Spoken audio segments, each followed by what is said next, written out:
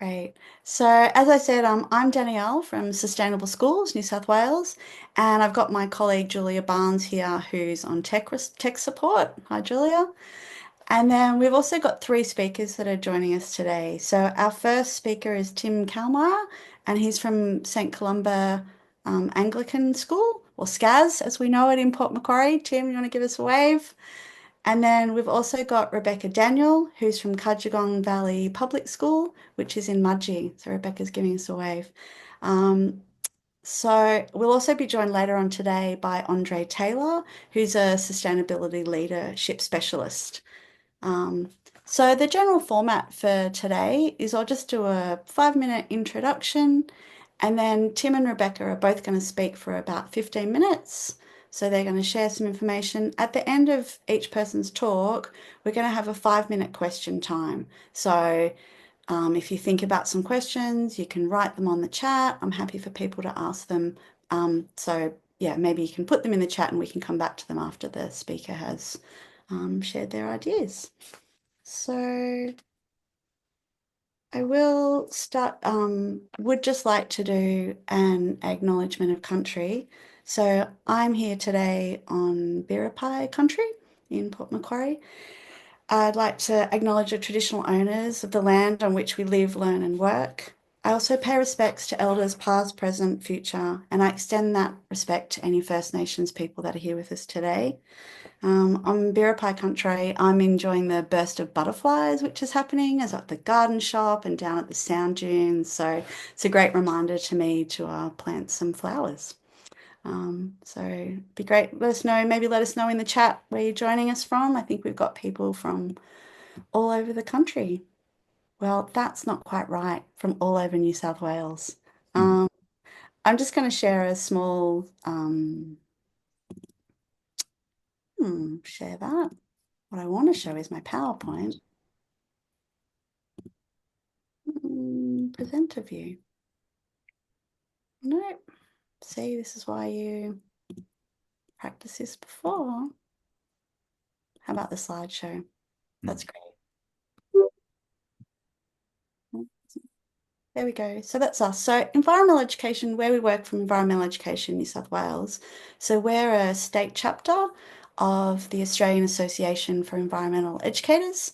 So we're really about promoting the effective use of education for transformative change, supporting the sector with professional development and building alliances and strengthening networks.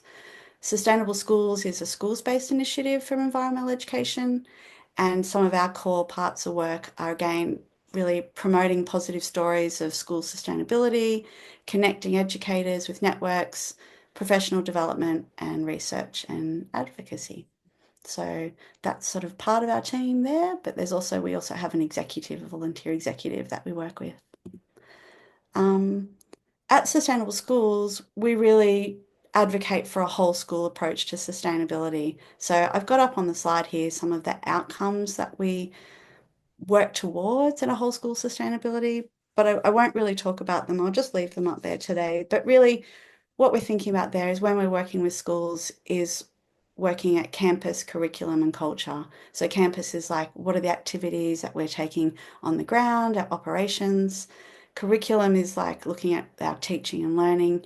And then culture is really about, the planning, leadership, how we engage our community and, how we celebrate. So I really feel like today's, talk covers a few of those areas. But um, our talk today really came from some questions that we commonly get from people. So there's sort of two common questions, I think, Julie, that we get. One of them is, I've got this new sustainability role at school. What do I do? And then the second one we get is, how do I convince my principal or my team that sustainability is important? So really what I was trying to do in this webinar was just provide a space to reflect on that. So to look at what are some people who are leading sustainability in their schools, what does their roles look like and what are their reflections? And then also to think about how do we work as leaders? I think often it's not necessarily something you would identify as, but I really think that, as school sustainability champions, you are leading sustainability. So how are we building those leadership skills to, best advance our cause? So Andre is going to come and talk about some leadership frameworks. And that's a lot of talking from me. And what I'm going to do now is I'm going to pass over to Tim. So, Tim, I believe you're the head of HISI and professional development at St. Columba. Is that true? Oh, not anymore. Not No, anymore. Okay, that's Tim, that's that's a little bit out of date, but that's all right. that's great. Okay, Tim, do you want to pass over and do you want to Sure. tell us a bit about yourself and what you're doing? Yep. Thanks. No worries. That's my screen, isn't it? Yep. And if I put the slideshow on, all the lights have just gone out in my room. So can you see my slideshow now? Yep. That's great. Yeah, awesome. So, yeah, thanks, Danielle. I also wanted to say that I'm on Biripi country as well, and I want to pay respects to elders past, present, and emerging, and extend that to any First Nations people present. Um, I am probably in the first question, as in I'm just new to this sustainability leadership thing. So it's really exciting to come and, I guess, speak to some people and hear other people's ideas. But I just wanted to, Danielle's asked me to share what we do at SCAS and what my role is. And so this is a photo of our school. As you can see, we sort of back onto some wetlands at the back. It's actually National Park, and then to the left-hand side of the picture is actually the old council dump. And so it's still a waste transfer station, just being covered over by grass. And so we're a K-12 school up in Port Macquarie, if you don't know us at all. And so we're about 20 years old, and we have about 1,200 students, about 700 in high school and about 500 in primary. Oops. Wrong button. There we go. So my role is actually I do two roles. One of them is doing all the covers and all the organisation for the school and things like that. And so if teachers are away, it's my job. Thanks for the 6:30 starts.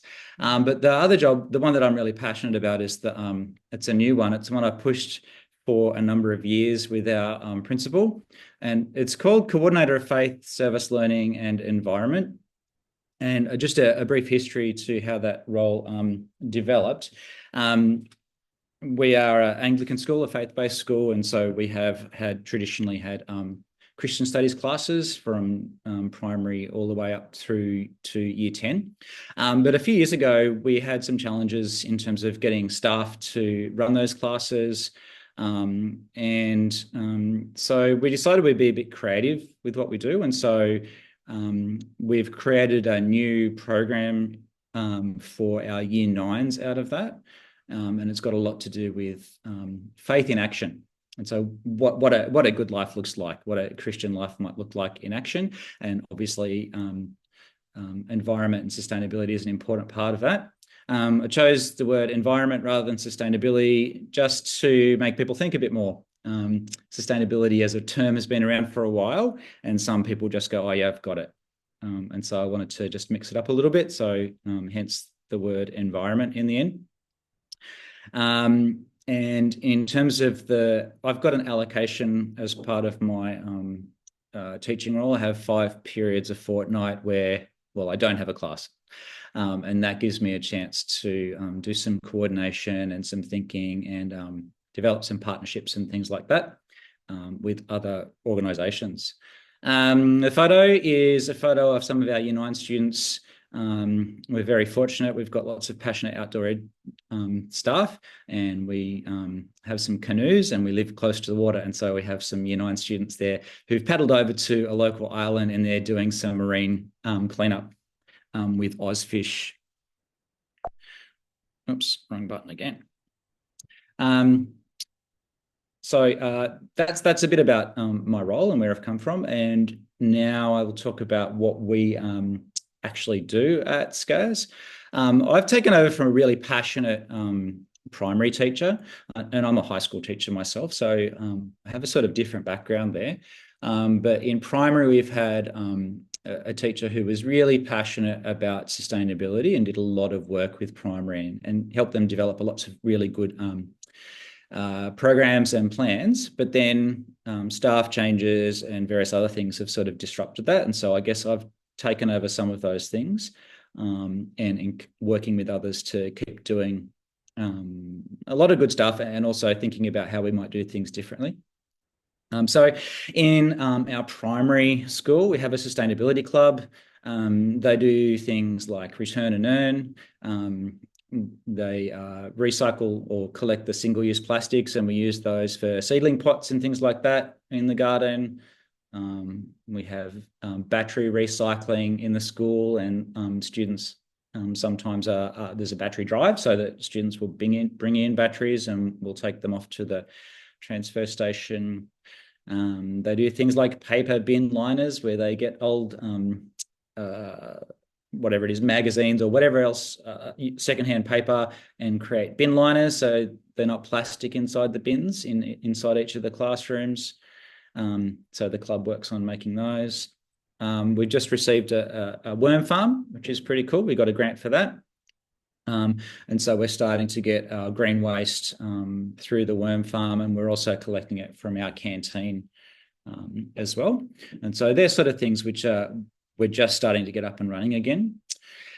Nude food is obviously a very important part, so that reducing section of the sustainability pyramid is really important, and nude food has been fantastically done in the primary school, but with staff members leaving, we're having to build that up again, and so that's something we're looking at, how we do that really well, and considering things like when a student signs up at the school, they get, as part of their like welcome to school package, it's not going to be like a a snow globe or something like that. It's going to be like a metal lunchbox or something that they can use for their whole time while they're with us.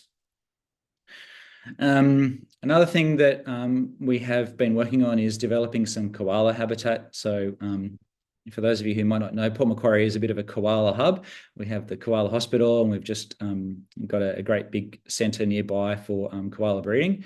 And so as part of that, the area the school is located in is part of a fairly big development. There's been thousands of houses built around us in the last 20 years, which means lots of deforestation. So we received a grant from the IEU for developing koala habitat, and we planted a stack of seedlings, and we got some wildlife cameras as well, which is really cool. So we set those up to see what kind of wildlife we see, and possibly see some koalas. They used to be here 20 years ago when I first started at this school, but haven't seen any for quite a while now, so we're hopeful. Just yesterday, we went on our excursion to the local waste transfer station with our sustainability club, the primary kids. So years 5 and 6, there were 15 of us who went along. And that was a really good chance for them to see what happens to our waste. And I think they've been really inspired by it. They've come back sort of going, okay, now I really understand what happens. So it's not just about these little bins around the class or around the playground. They've actually got that big picture view, and they heard from council about which bins to use and what we can recycle and not, and the big problems with waste and waste management in our area. So that's been a really great thing. Another thing we have, leadership badges, trying to build the profile, I guess. So having excursions and badges and things like that gives students, a bit more pride and a bit more feeling of special being involved in the sustainability club.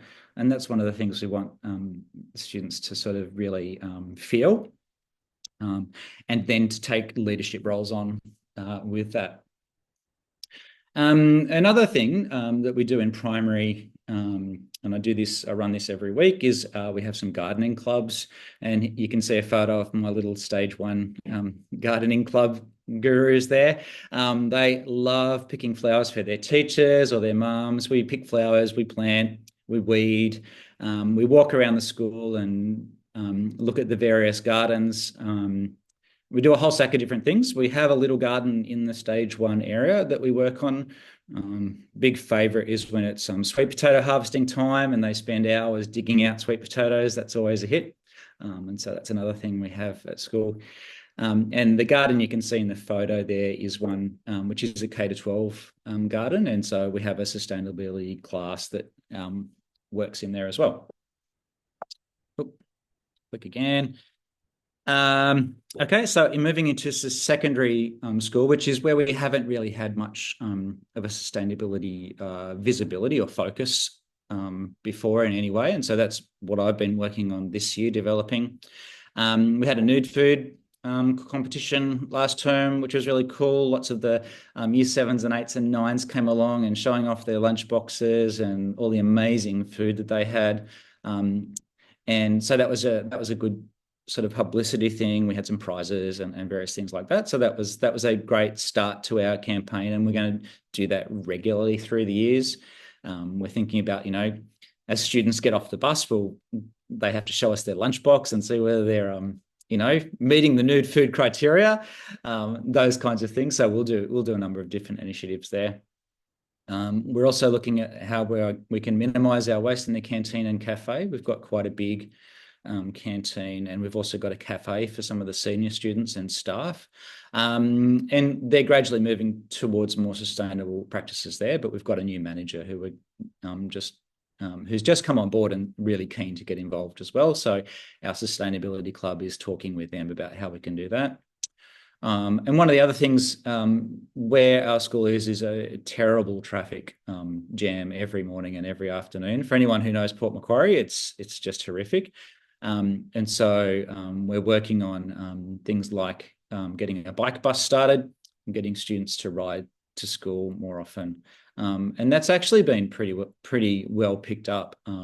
We probably have 60 students or more ride every day now, which is fantastic. But we haven't got the primary bike bus yet for that safety issue. So that's something that's a bit more of a long-term thing. And we've had some contact from council, and we've got some passionate staff who are interested in that as well. So that's another thing we're looking at doing in the near future. I mentioned before we have the veggie garden, and we have a class in Year 9, an elective class called, and Year 10, called Sustainability in Action, and it's run by one of our sort of HISI teachers, and they do a stack stuff in the garden about sustainable practices and permaculture. And the last thing, about 10 years ago, I think it was, we had a grant from the NAB for $25,000 to do this program called Shovels, Spokes and Seeds, which is where students during their sport time, we rode to a local a local creek, and we did some bush regeneration there, and then we cycled back. And that was a really cool program involving that physicality of cycling, but also learning about how we look after our local environment and various things. So that was something really exciting. And we've still got the bikes, which is great that money purchased. Unfortunately, NAB doesn't do those grants anymore. So sorry, but I'm sure there'll be somewhere else. What else are we doing in some other different things that we're doing? We can see the recycled artwork there. I know that bottle top art is quite common around lots of schools. This is one we've just finished, which is really cool. Some students in primary school collected all the bottle tops, and then we screwed them onto this, and now it's stuck on one of the walls in the building, and the plan is to do more of those around the school. It looks really cool, but it also speaks to the idea of reducing and reusing sustainable things. And then we're changing our uniforms this year. And so all the old uniforms, we have a service learning project where they're repurposing them. And so we're collecting those at the moment. And the students are doing a range of different things like making sanitary pads and weaving rugs and other things that I can't quite think of at the moment. But there's lots of stuff they're doing with those, with our older school uniforms as we transition over. And this is the program I mentioned earlier. It's pretty exciting this year. We've had the chance to, we spend half a day a fortnight with our Year 9s, mostly out in the environment or outside working with other organisations. And so the top right is working with Landcare, and that's out at the Koala Conservation Area, just out about 10 minutes from our school. We were doing some bush regen there and doing some plantings and things like that. And down the bottom is a photo of one of the groups who been out canoeing, and they've come back with all the rubbish that they've collected, and they're collecting the data from that and putting it into things like OzFish, and there's another organisation, not OzMap yet. That's this Friday. We're going to do the training day with them. So we've got that partnership with Landcare, and we also have a school got donated a property down at Queens Lake a few years ago. It's run down, it's full of weeds and things like that. So that's another thing that we're working on, bringing up to biodiversity sort of standards, and making that an environmental centre. And so we're trying to do lots of different things with sustainability. And the Year 9 program is a really exciting one that we have for that.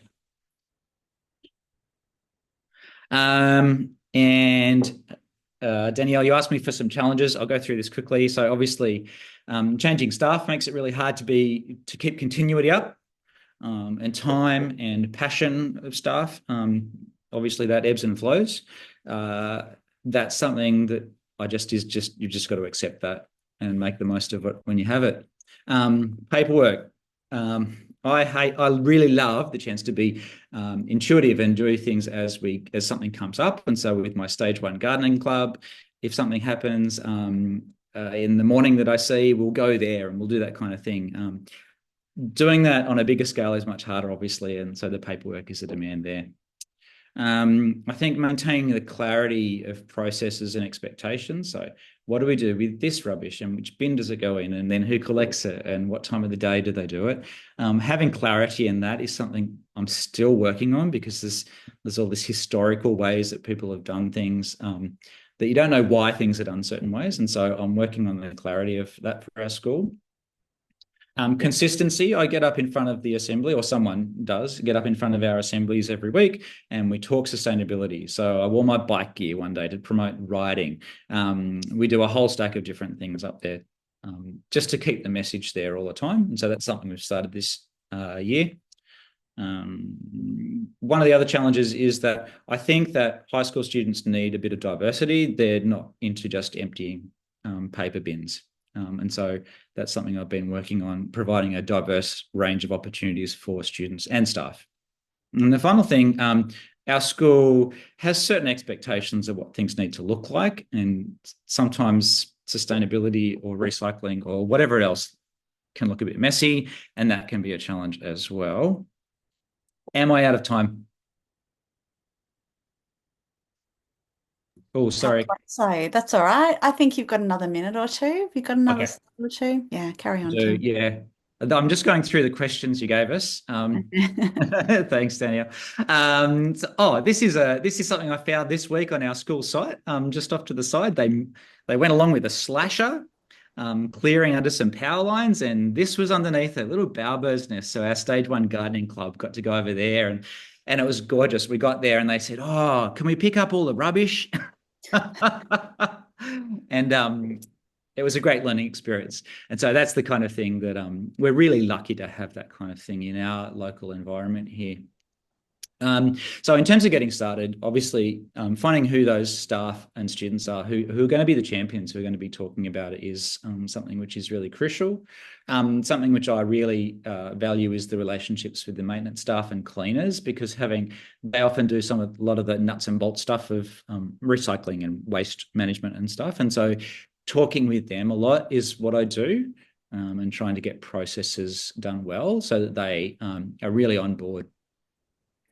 I mean, there's no rocket science here, I don't think, in terms of what else I was doing, but I think interest and opportunities are really important. So if there are kids or staff who are really interested in something, then I'm really keen for them to get into that, and we will leave other things behind. So there will be times where we focus on something, and then there'll be times where we move on to something else. And so that ability to decommission things, I think, can be important, so that interest can be maintained.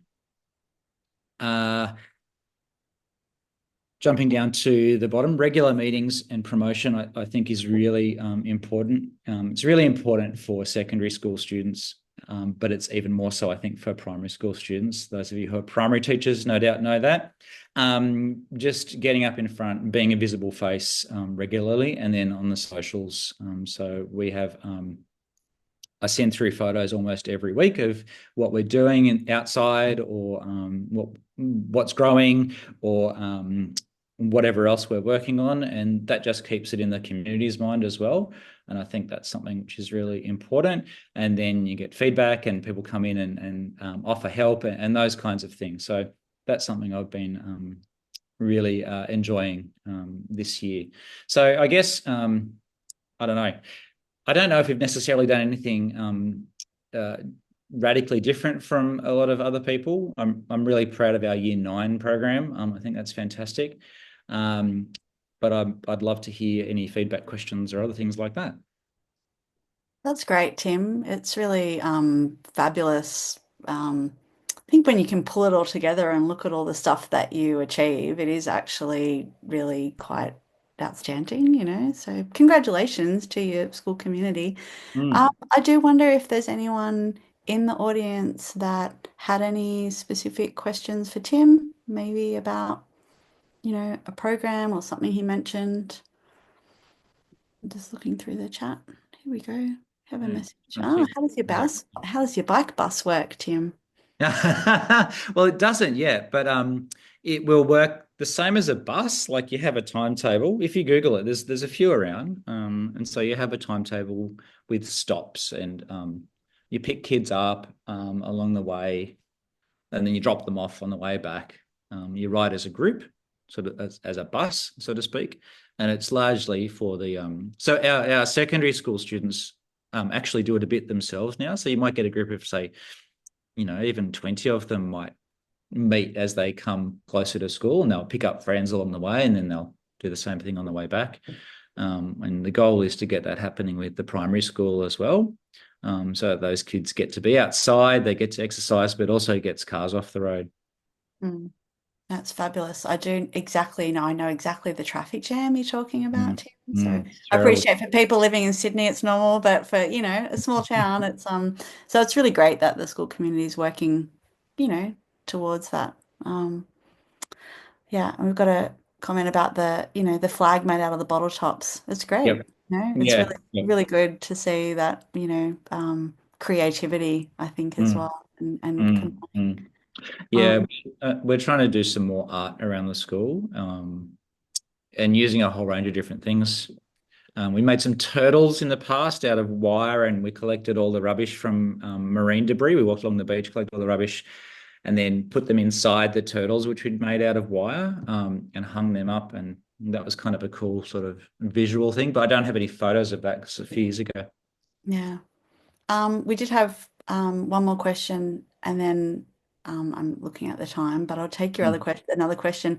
So it was about the nude food lunch boxes. You Mhm. know, how does this, you know, do you get some resistance? Is it every day? Like, how does that sort of work for your In school? primary, it'd be every day. In secondary, it's actually pretty good amongst the 7 to, like, the younger kids, as it goes through. Not as strong, but it's actually pretty good.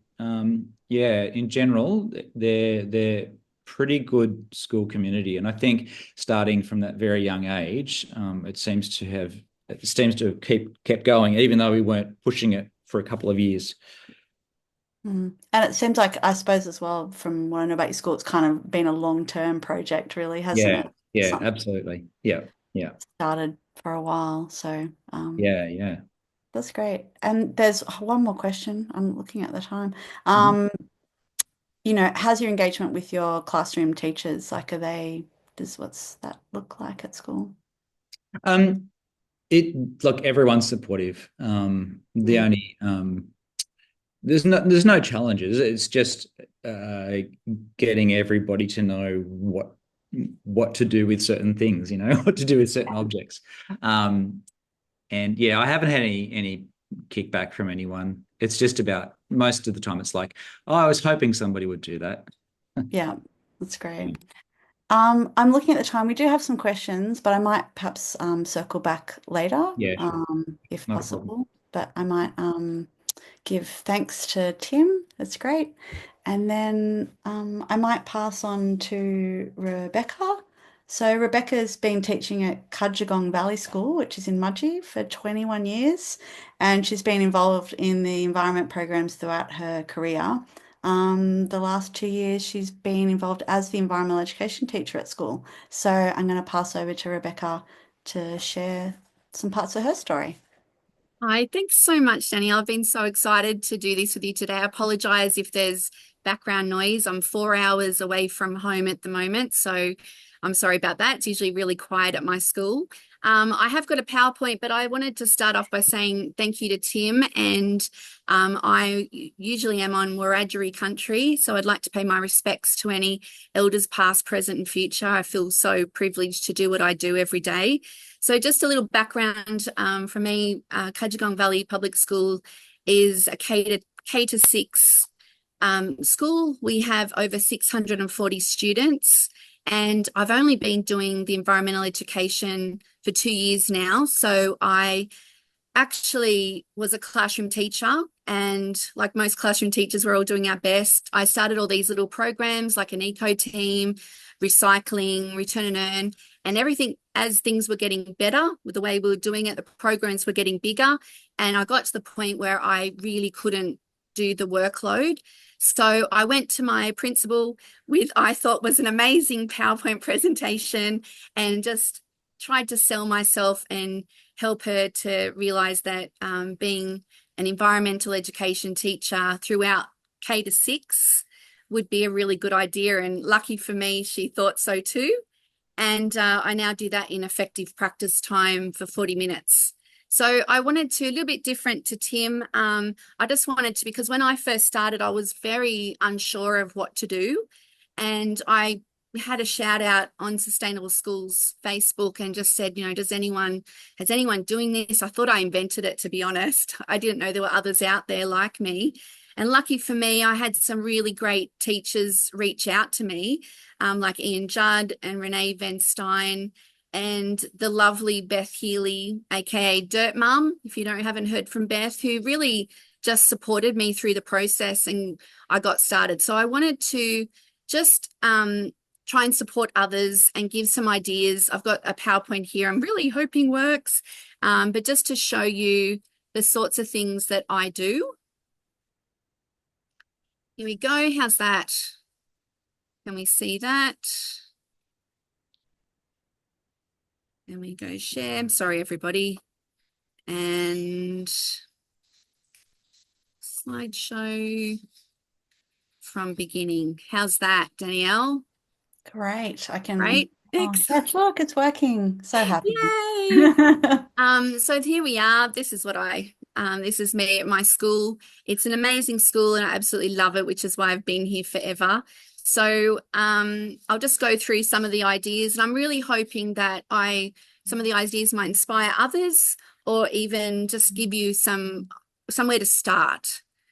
So what I do now with my students, I do from K to 6, we do biodiversity audits throughout the year, gather data, and then we work out what projects we're going to do with that.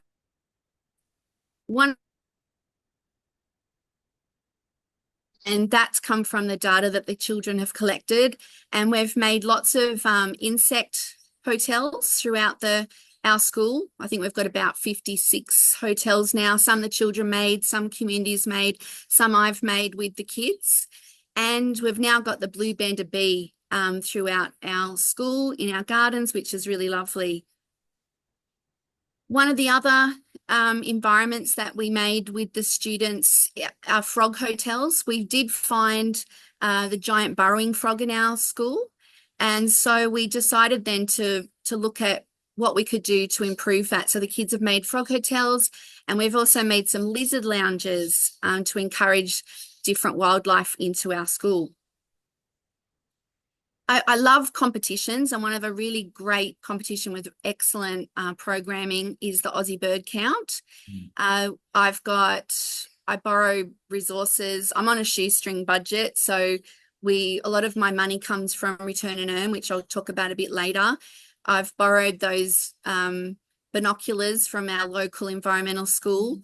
I think for kindergarten, I even made some binoculars out of plastic, paper tubing, and the kids thought that was wonderful. So we went with that. I love to bring in anything I can get my hands on, like little ducklings and chickens, which end up at my home or our school. And the children love that. So I tried to do lots of spontaneous things like that as well. I wish you could see some of the children's faces, but like Tim said, the paperwork kills you when you try to do things like this. So I've covered them up, but there's lots of smiles behind those pictures.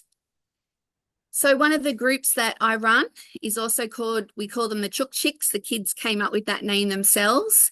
And it's a group of Year 5 students that each semester we choose new kids, and they all want to do it. They love it. And they look after the chickens and feed them and collect the eggs. And then you can see a little reward at the end of the semester. We had some scrambled eggs as lunch that day. One of the big programs that I run at our school is called our Eco Team. We've been going now for 5 years, and it's progressively got better as the years have gone on and bigger. It's now a leadership role, just like Tim was saying at his school. I've got the recycling going throughout our school, and we recycle compost, we recycle paper, plastic, glass, batteries. We also do TerraCycle through Officeworks as well. And one of the activities that I do throughout the year as well is to teach the children how to reduce, reuse and recycle. And one of those things that I love to do is some recycling audits, just to see how our school's going. I'll talk a little bit later on about where we started and where we are now. The data provides details that you can pass on to the rest of the school, and it helps to guide the programs that I do. So here's an example of the return and earn. I've been doing return and earn at our school now for 4 years, and I've spent hours standing and putting the cans and everything in through the return and earn program, which is amazing. But I've only just discovered an hour and 40 minutes away this amazing recycling centre, and I just hand the bags over now. So I love that. But all the money that we've made now goes back to my environmental programs that I run throughout the school. And a really great and easy one, just putting boxes in each classroom, is collecting all the pens and texters, and I just take them back to Officeworks. And all the money that we raise with return and earn, one of the big things that I do at our school is we collect data each week when we have our Trash Free Tuesday, and the classes with the lowest waste get a special award called a Waste Warrior Award. And those classes, the ones at the end of the semester with the most amount of awards, get a hot chip party, which is paid for by return and earn. But there's also zero waste. So it's really fantastic. And that just keeps that motivation going. There's a lot of competition between the classes, which I love. And the kids, they think they love being at the class that wins the hot chip party. So these are just some little examples, hoping to give some people ideas. So at Christmas time, we just recycled any old Christmas cards. We made paper mache out of the rubbish that was going to landfill and our recycling bins. The kids collected and cleaned the aluminium from the school lunches, and we made some aluminium sculptures, which then went into different competitions around the community. I loved the one up ahead. We used bottles to make worm farms, and they become class pets for the classrooms into the different layers of soil. And that just shows when the worms are mixing it up, the kids can really see it rather than just being one colour. But they absolutely love that. We also did no-sew T-shirt bags, and our local op shop donated over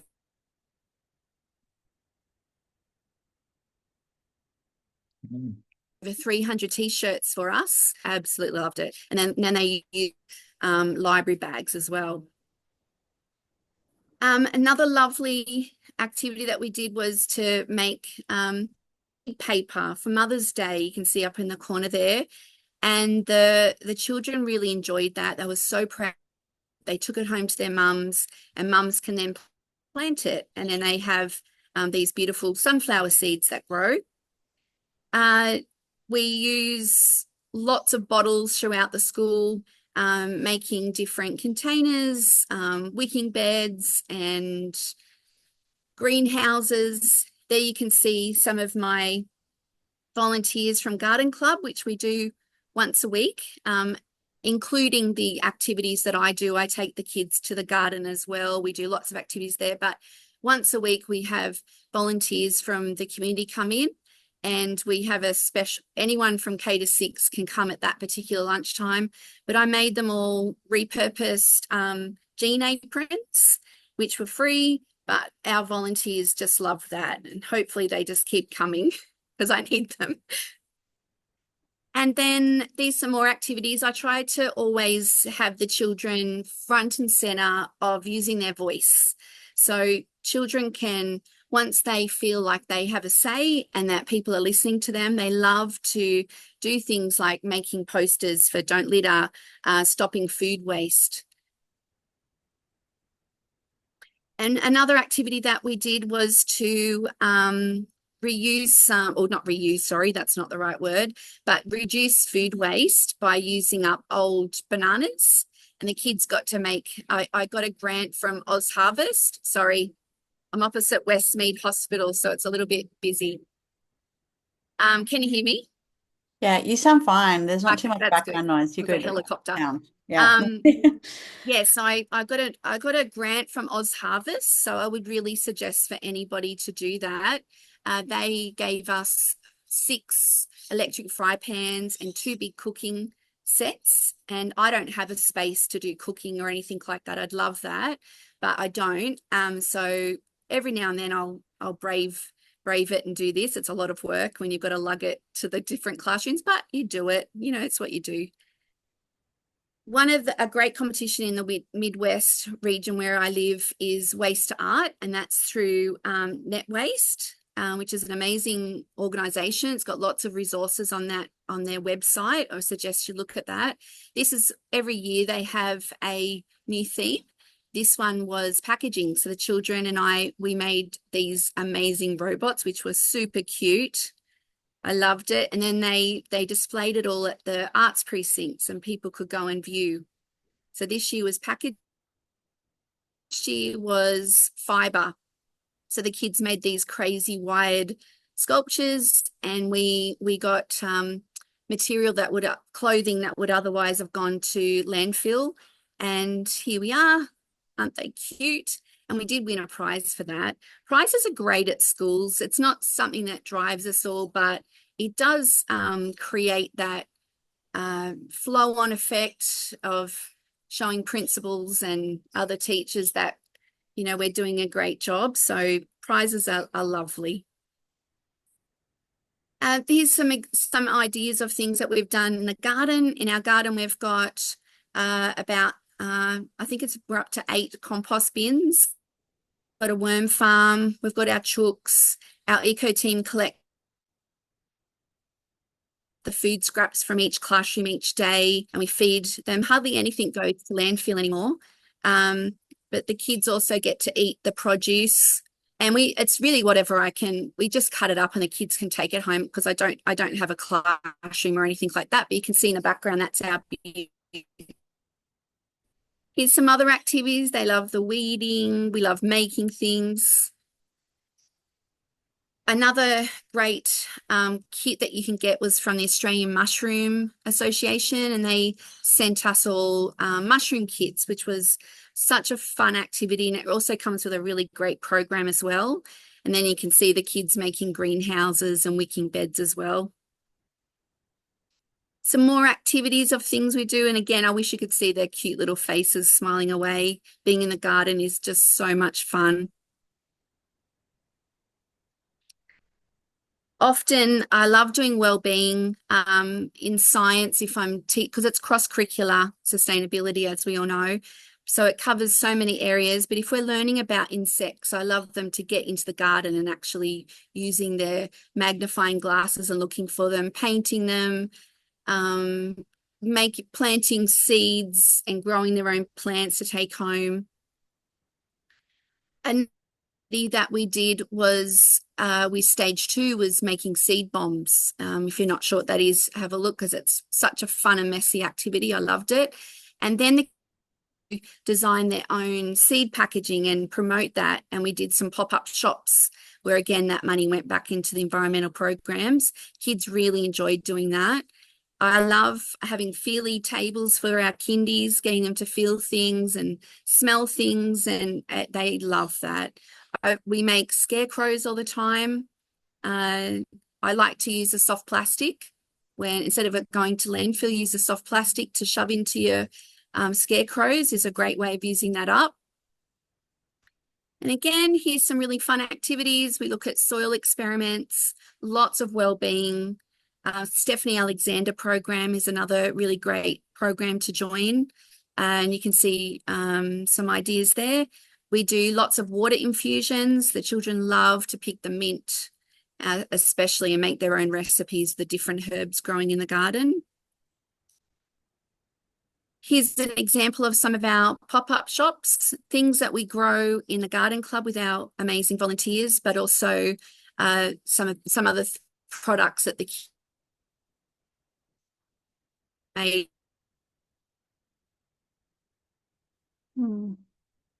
Involved, inviting our community into our school. You can see the wonderful Costa over there, and he came to our school with Watershed Land Care. We do Clean Up Australia Day every year, and in fact now we do it at the end of every term. We call it Clean Up Cudgegong Day. We do National Tree Planting Day, and there's a picture of the lovely Beth Healy, aka Dirt Mum. She's been a specialist teacher that's been a great support to me and coming to our school and teaching sustainability. So some of the other things that we've done in the garden is Jeans for Jeans Day, making scarecrows to support the community. Scrap Boy came to visit us a couple of weeks ago, and Watershed Land Care, which has organised an amazing event in our region called Green Day, and it's where over 700 kids come along, and we have all these amazing specialists that come, and the children get to go to different demonstrations and get their hands dirty. And we have wonderful people that come along like Dirt Girl and Hannah Maloney. So I was saying before, some of the things that I found, and I found this from Costa actually. He told me that, you have to find your school's currency. Some schools really love when you apply to grants and you're able to fund things. Other schools, they love when you receive awards or recognition for your programs. So I've found, really all of the above works really well. But we joined Eco Schools quite a few years ago now, and national program, if other people haven't heard of that, and you get recognized along the way for the projects that you do. So we got bronze medals. Took us 4 years to achieve this, but then we had our silver award, and just last year we were awarded our green flag, which made us the first school in the Central West, I think the 5th school in New South Wales, and 7th school in Australia. So that was something we were so proud of in our school, and something that, flies proudly in our school every day.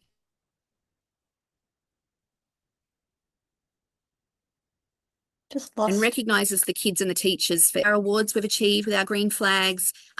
Keep Australia Beautiful has amazing awards that you can apply for or be nominated for. We were lucky for both to be nominated as well as apply for some of these. Some photos of us. And this is just some of our awards. I was lucky enough to get a Local Legend award last year, and here's one of our other teachers that also won a Heritage and Culture Award for building a zine garden. And anyone that's not sure what that is, she was able to work with our local Indigenous people to build a native garden, and then they made these signs that they made this zine booklet, which is on our website, but they also did QR codes to all of the plants. And so you can just go around and QR code, and it shows you how Wiradjuri people use these native plants. It's such a great resource for me. I use it all the time. They won this lovely award for that.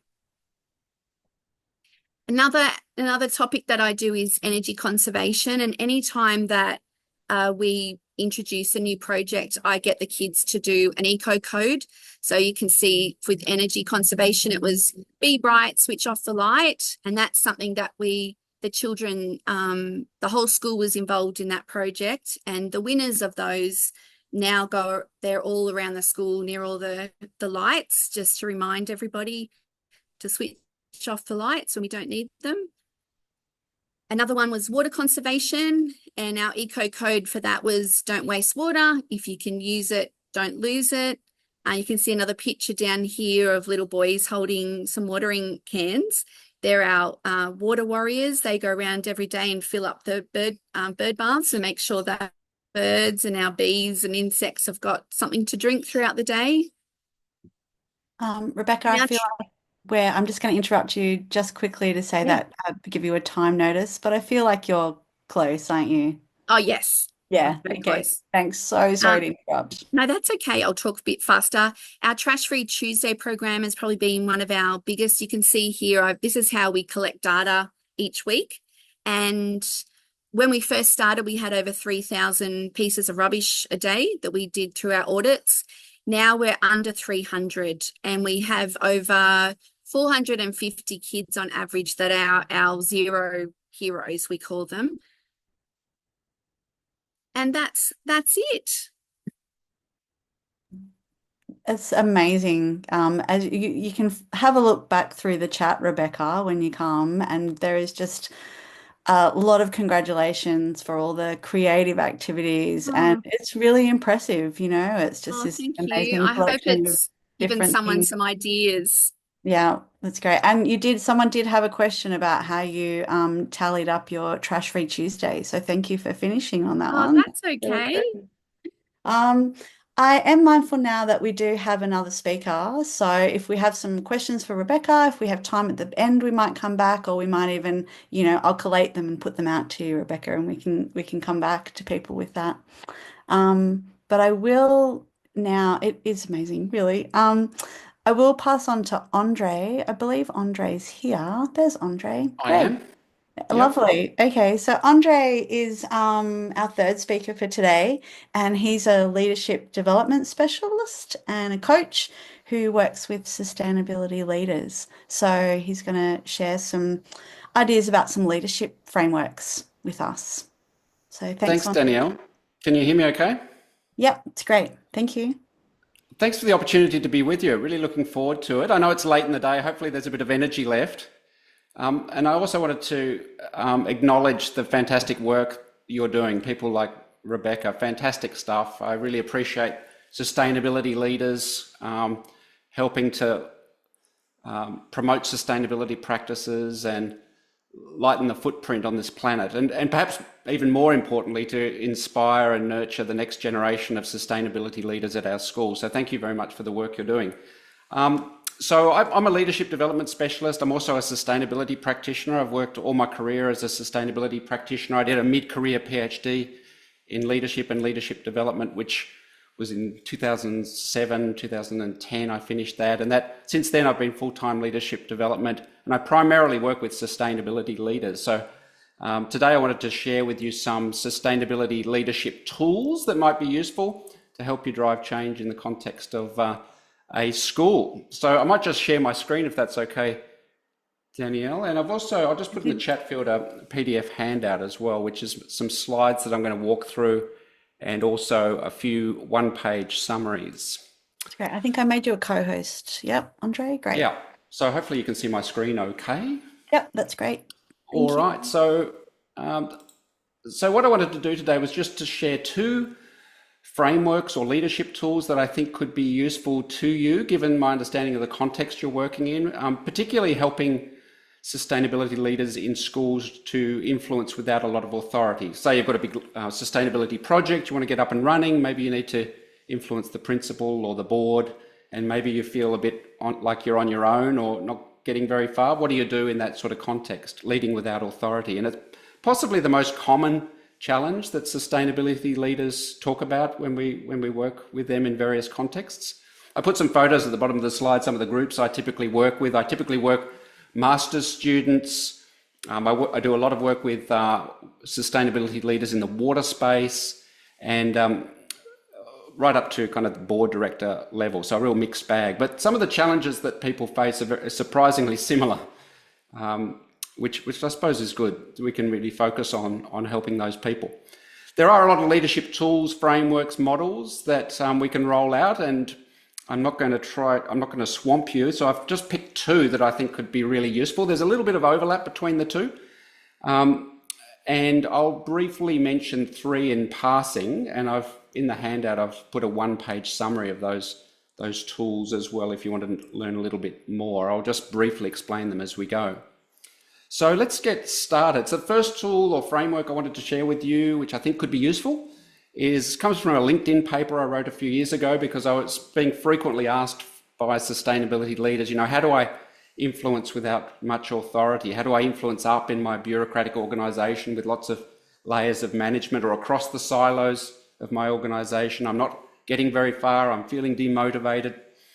What do I do? And there's no simple, quick answer. There's quite a few things we need to look at. So this is the framework that I wanted to share with you first. And in the handout, there's a link to the LinkedIn paper you can read more fully if it's of interest to you. So let me just go through these 10 tips reasonably quickly. The first one is mindset. A lot of leadership starts with adopting the right mindset, seeing leadership as a process of influence. So the dominant definition in the literature these days for leadership is the DAC model of leadership. You might have heard about it. There's a one-page summary in the handout. And it defines leadership not as a position, but as a social process of influence that delivers three outcomes. D stands for direction. Where are we going? What does success look like? What's the vision? A, aligning all our activities so we're all rowing in the same direction. And then C, personal commitment to collective success. So that's the buy-in element to it. So seeing leadership as a process of influence can be very empowering to leaders. It means you don't have to be the principal to engage in leadership. Recognising that leadership is a team sport. I did my PhD in the champion phenomenon. A lot of sustainability leaders are champions, initiators of change. And there's some classic traps that sustainability leaders, champions fall into. They are, in short, they're too solo. They don't team up quick enough. They go too fast for others. They burn out and they give up too quickly, go on to the next exciting initiative. So these sort of traps are very common. And recognising leadership as a contact sport, a team sport, having that mindset is really important. Having a leader identity, recognising you might not be the principal, but you can still engage in leadership, and you're a growing, active leader is very important. It's the first step in leadership development, building a leader identity. A growth mindset, learning by doing. You'll make mistakes, but as long as you're reflecting and getting feedback, you should be growing and learning. And having a strategic mindset, thinking about sustainability leadership as a marathon, not a sprint, seeing the big picture, thinking medium to long term, thinking about things like the whole system, the institutional knowledge that you need, windows of opportunity to drive change. So these are all mindset issues, but we would always start there. The next one is around building your power bases. Leadership is about influence, and influence is simply power is simply the potential for influence. So if you're going to be engaging in leadership, influence, you must have some bases of power to draw on. You've got to have that. It's like using a power drill with a flat battery. It's going to go nowhere if you haven't got your power bases charged. Now, position power is just one form of power. There's lots of other forms of power that leaders consciously build.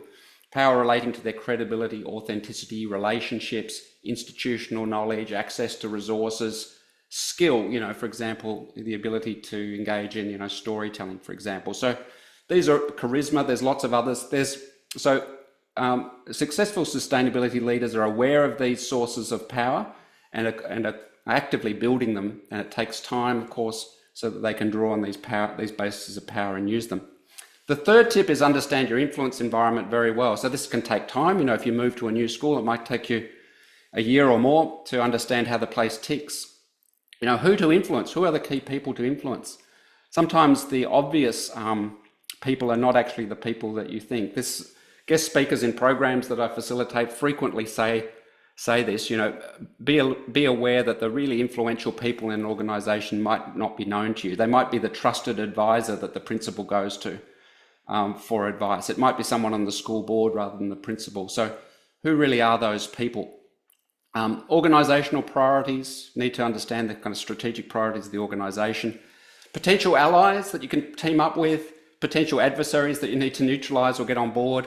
Windows of opportunity, in the budget cycle or the school calendar, the semester cycle, the political cycle. Where are those windows of opportunity to launch an initiative? And key organisational processes, things like budget cycles, for example. The fourth tip is carefully plan your influence attempts. So if it's a significant initiative that you've got lined up that you want to launch and get approval for and get people on board, it's worth really going through a framework like this and really planning your approach rather than just relying on your gut instinct and just launching your first initiative without much thought. I put a quote there from Sun Tzu, the famous Chinese general and philosopher, I think 500 BC, I think.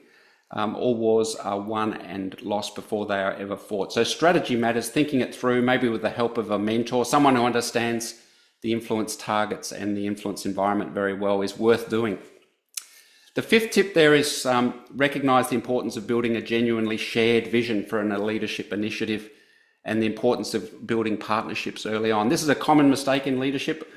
Often novice leaders think it's all about selling their own vision of a new idea rather than building a shared vision. There's a massive difference between the two. So experienced leaders might, for example, start with a listening tour, go around to the stakeholders, talk to them about the issue, the problem, potential solutions, and then cooperatively build a shared vision for a new sustainability project. They're getting them on board. So they've done a stakeholder analysis, they've done a listening tour, they're building a coalition, they're building relationships, they're gathering information, and they're building a shared vision that has shared values embedded within it. And that's much more likely to be engaging than just me having a vision and just trying to sell it or push it onto people. That just doesn't work. So that is a significant mindset shift that many novice leaders need to move out of. The other one is the partnerships, building relationships early on. You might have heard of the head, heart, hand model of influence. Very widely used. I've added a one-page summary of that tool to the handout. Very, very powerful. In short, it says, there's three groups of influence tactics that leaders use. The ones that are head are, the facts and the figures, the business case. The heart ones are things like emotional appeals, for example, aligning your sustainability initiative to the values of the school, for example. And the hand one is a little bit more tricky to grasp. That's about influencing through engagement. So it might be consulting with someone, partnering with someone, bringing them into the tent very early on. And it can be quite subtle. For example, you might invite a principal to come and publicly launch an initiative for 10 minutes. And just that little role is engaging them in the project and, connecting with them so that they are easier to influence in terms of the next step in that project. So partnerships, engagement, consultation, do that early, build your coalition. The sixth tip relates to choosing the best set of influence tactics. So there's lots of different influence tactics frameworks and tools and typologies.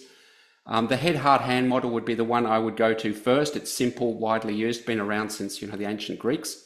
So there's the one pager in your handout on that. So what combination of tactics am I going to use to try to get this sustainability initiative up and running and get people on board? Rarely you'll know that, okay, I'm trying to influence one person and I know what influence tactics are going to work with them. So I might just use, a business case, which is just the head element of the head, heart, hand model. You might get away with that occasionally, but more commonly in sustainability space, you need a combination of all three, because you might be trying to influence a group of people, like a board of management or a leadership team. So a combination of head, heart, hand influence tactics is often used as part of an influence strategy.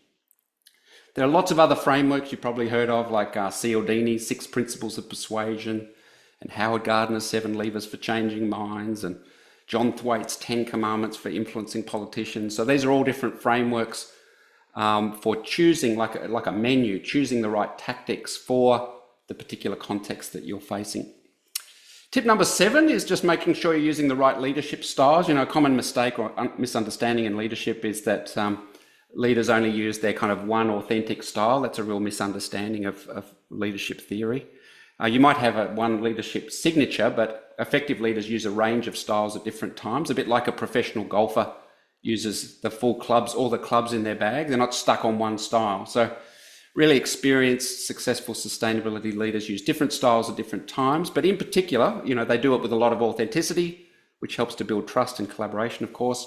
But they're very good at using 2 styles in particular, transformational leadership and the adaptive leadership style.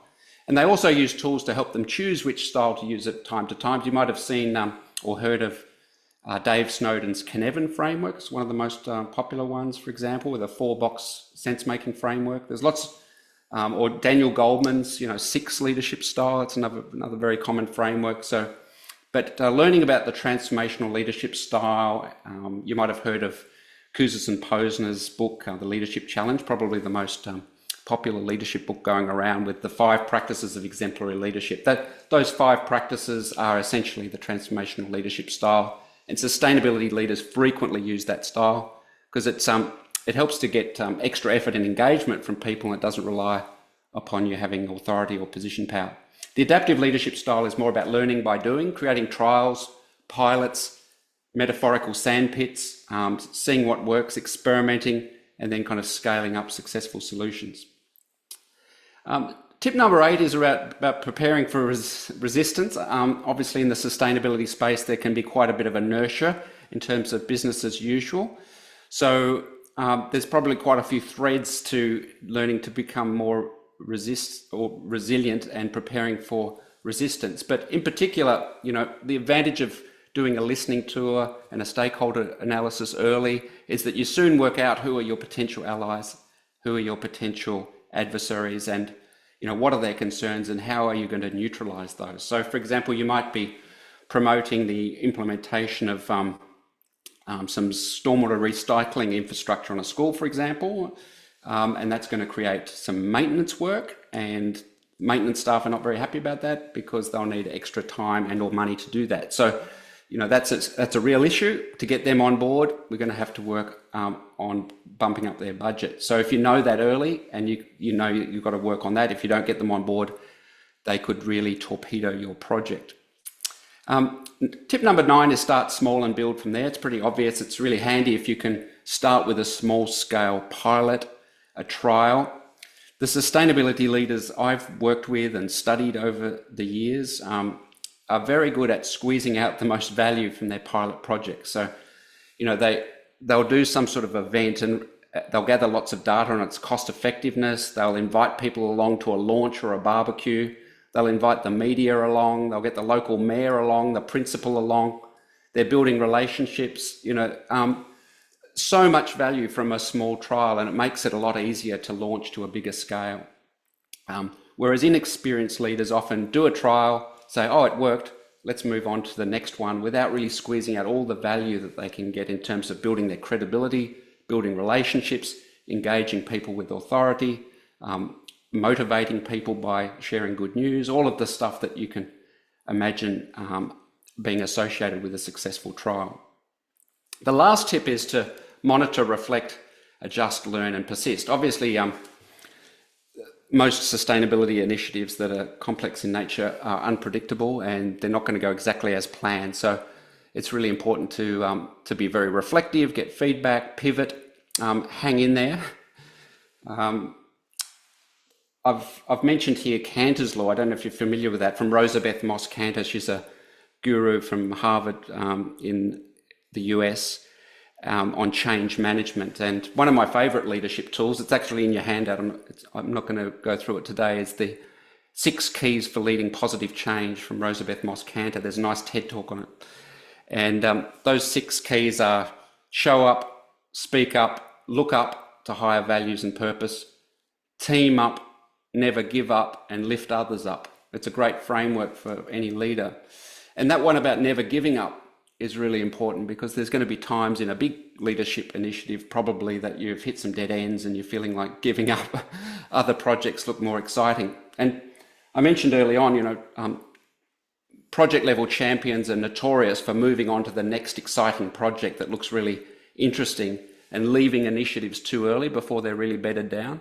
So that concept of giving up can be quite a risk for highly motivated key change agents or champions, whatever language you want to use. So Cantor's law is everything looks like a failure in the middle. She's exaggerating a bit there, but a lot of sustainability initiatives have a dark day in the middle where we've got to pivot our strategy but hang in there. All right, so I know I went fairly quickly through that, but I know time is short, so there's some lots to digest there. If you want to read a paper, it's freely available online. Just click on that link in the PDF and it'll take you to it. The second framework I wanted to share has a bit of overlap, and it comes from an unusual source. So it was written up in Harvard Business Review in 2000 by Professor Gary Hamel, and it comes from a case study from the company IBM, where some middle-level leaders really saved the company by being able to influence up through many tiers of management and influence the executive. And you might think, well, what's that got to do with sustainability? Well, this framework is very popular. It's quite a simple and kind of intuitive 7-step framework. And we see these steps being used by sustainability leaders a lot in the literature. For example, my PhD, I did 6 case studies around Australia looking at champion type leaders at the project level, executive level and political level, promoting sustainable water management in water utilities and local government authorities. And you could see these 7 steps being used in all of those case studies. So it's very applicable to a broad range of contexts. So let me just walk you through it, and you'll notice a few of these steps I've touched on already. So this framework is good for leading without much authority if you're trying to influence up, influencing across. The first one is being really clear on your point of view. What do you really want to do? Are you really crystal clear on that? What do you want to do? How does it relate to the organisation, the school's vision, priorities, values? Sometimes leaders are not, it's a bit amorphous and they can't really communicate it. So really bed down, what do you want to do? Second one is write a manifesto. I don't think you have to write it these days. It might be a video, it might be a stump speech, an elevator pitch, whatever you want to call it, but you need to document or communicate, package your point of view, your vision, what does success look like, where are we going, and your case for change. Why do we need to do things differently? The third one is create the coalition. So here's this Rosabeth Moss-Cantor's team up, one of her 6 keys for leading positive change. Build a coalition. Team up with a group of people that share your point of view and your vision. So build that shared vision as quickly as possible for change. Pick your targets. Think about who you need to persuade and recognise that it might not be the person you currently think it is. A quick story. Early in my career, I used to work in Brisbane City Council. So I was a team leader for water quality management in the city of Brisbane. And there were kind of 3 tiers of management above me to get anything, signed off by the CEO and the mayor. But I soon realised that the mayor had an environmental advisor who was very approachable, and you could, even as a team leader, I wasn't an executive, you could go and have coffee with Doug, and if Doug was on board, the mayor was on board, and if the mayor was on board, the CEO was on board. So Doug was the key target for influence, and he was easy to get access to. So it would have been foolish for me to get leadership initiatives up through the management hierarchy without first getting Doug on board. And then once that had happened, it was just a formality to go through the 3 or 4 tiers of management to get funding for new projects. So who is your real influence target? Think about that very carefully. And be aware of these concepts of the trusted advisor. They're often a shortcut for influencing people in positions of authority. Co-opt and neutralise. This language is a little aggressive. In fact, this 7-step framework, I think, was initially called How to Start an Insurrection in Your Organisation, which I don't often use because it might scare people off. But what Gary Hamel means here is identify who could block your strategy or your initiative, identify them early, build relationships with them, and look for ways to either bring them on board as allies or at least neutralise their concerns. Explore win-win solutions with those people. Don't leave that till last is another tip from Gary Hamel. And the second last point from in this framework is find a translator. So what he means by that is often at the project level, if people are pitching ideas to an executive leadership team or a school board, for example, maybe they need a translator to turn the language you're using about the projects you want to deliver, or maybe you need some funding for or some support for, into kind of, management speak that'll resonate with the executive or the board. So think about who that translator is. For champion leaders, there's a very well-known phenomenon that has been studied since the 70s called the tandem model of championship, where it's often in organisations like schools and other organisations that have levels of management, a project level champion has a strong relationship with an executive level champion, either at the executive management team level or the board level, and that the quality of that relationship makes a massive difference to promoting innovations, new ideas, policies, projects through the organisation. So savvy project level sustainability champions work out who is my executive champion or political champion if you work in a political organisation, building a very strong relationship with them, and that relationship is key to influencing up quickly and efficiently. The last step in Hamill's framework is similar to the last framework. Win small, win early, win often. Do those pilots and trials. All right. So if you want to know more about that framework, have a read of the paper there, but it's not written up as a sustainability case study. There's also a one-page summary in the handout I gave you. So I thought it might be useful just to share with you in the handout the DAC model of leadership that I briefly introduced. It's a definition of leadership, but it's also a tool. You'll see in that handout there's a table in there that you can use to assess the quality of leadership that is happening, say, in a sustainability project or even a school. And that framework is possibly the most useful leadership tool out there, because it's applicable to all leadership initiatives from a project to a country. So if you want to assess the quality of leadership going on at any level, use that table in the DAC model of leadership one-page summary. The head, heart, hand model, there's a one-pager on that. Cantor 6 keys, if that interests you as well. A great little framework that would be useful for probably high school students to introduce to the concept of leadership. It's very tangible. And there's a nice little TED Talk linked to it as well that shares stories for each of the 6 keys. And there's also a one-pager that I put together from the Hamill framework, so you don't have to plough through a business case study, which is the HBR paper. So I might leave it there, but I wanted to leave you with this quote. I think it's important in the leadership space to just keep on learning. There's so much to learn. Hopefully today, the tools that I've shared with you, there's something a bit new there that you can learn about and use, and perhaps pass on to some of your emerging school sustainability leaders. And if you want to reach out to me, my contact details are on the slide deck. So I don't know if we've got time for questions, Danielle, but I'm finished. Yeah, it's amazing, Andre. There's so many really good tools and ideas in there. I'm really happy that we're recording the session, because I'm going to go back and watch it again and try and pick out all the gems out of there. We do have time for some questions. So if there's anyone that did, we can probably take 1 or 2 questions. Is there anyone from the chat that had a question for Andre at all? We did have one question early. Oh, here we go. We have a question.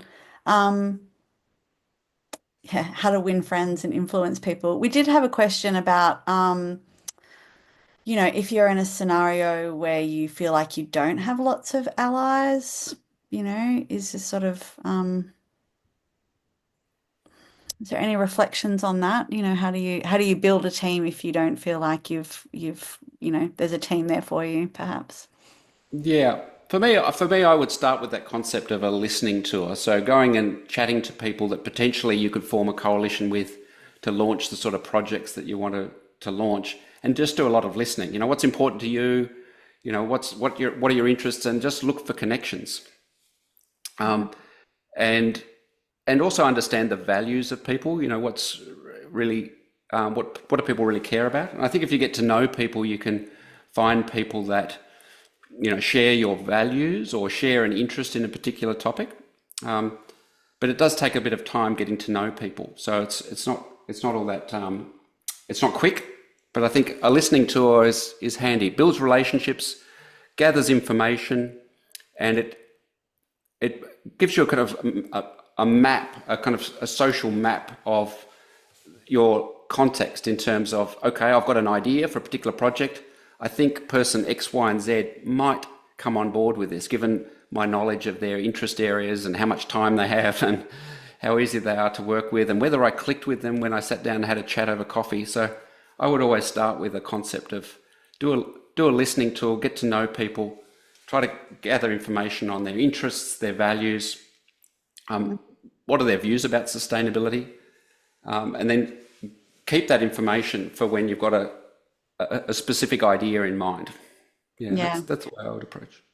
I think that's really helpful. And I think as well, there's a few things in the chats about, maybe some different places where you might be able to go to find allies as well, I suppose. Often I think if they're not there within your school, like if it's not a staff, Yeah. are they there in your wider community? Is it the parents? Is it, someone's mentioned the Teachers Federation. So yeah, looking at those sort of things. And social media is a way of, just posing an idea. I've got this idea to do this. Is there anyone out there that's doing similar things or want to have a chat? So that those sort of tools can quickly broaden your reach. Yeah. And I did have a question which probably wasn't totally a focus, but I think just looking here, do you have some feedback or ideas for people about how do you sustain yourself in this space? If you're working with leaders, how do you keep going? Yeah.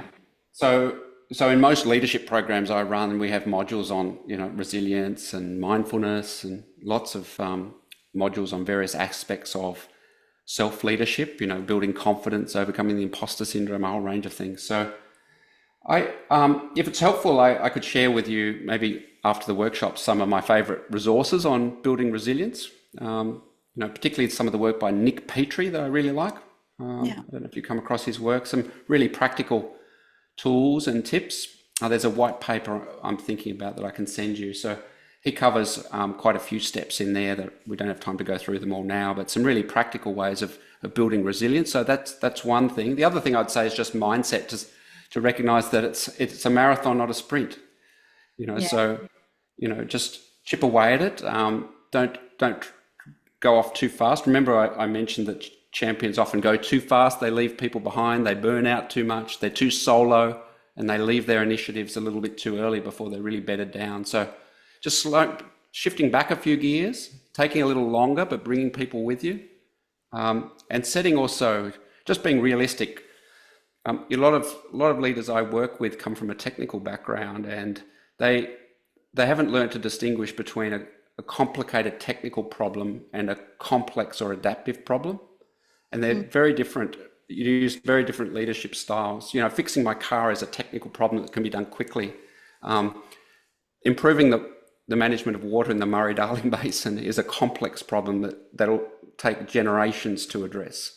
So, and we use very different leadership approaches to those two problems. This is Dave Snowden's Cynefin framework. So diagnosing what kind of challenge you've got and then adopting the right mindset and approach and leadership styles is really important in leadership. And I think leaders that burn out often misdiagnose complex challenges as technical or complicated ones, and are frustrated they're not making quick progress because they expect quick progress, when it's just not going to happen in a complex problem. So that's another one that I think can be transformational when leaders kind of understand that. Oh, that's really, really useful, Andre. And if you did have, a couple people saying if you did have the resources, I'll do it later today. Great. So thanks so much. Everyone, I am looking at the time and I'm really mindful it's 5:28 and I said that we would finish at 5:30. So even though I feel like we could talk about this stuff for a lot longer, I will finish up. I do briefly, there is an evaluation survey. I don't know if people have just 1 minute just to click on that and let us know, what you found useful about today, or some ideas for any other PD. I would like to say thanks to our event sponsors, which is Midwaste, which is the regional waste forum up in the Mid-North Coast. Special shout out to any Mid-North Coast educators there. And I would like to thank our speakers today, Tim did have to leave because he's a teacher and he's got an extension class which he's doing at 5 o'clock. So thanks to Tim. Thanks as well to Rebecca, Daniel, and to André Taylor. It's been really great to have both of you share your relative expertise in different spaces. So thanks so much. And thanks everyone for joining us today. It's been really, really great to see everyone, come along and share some stories. So thanks. Thanks everybody.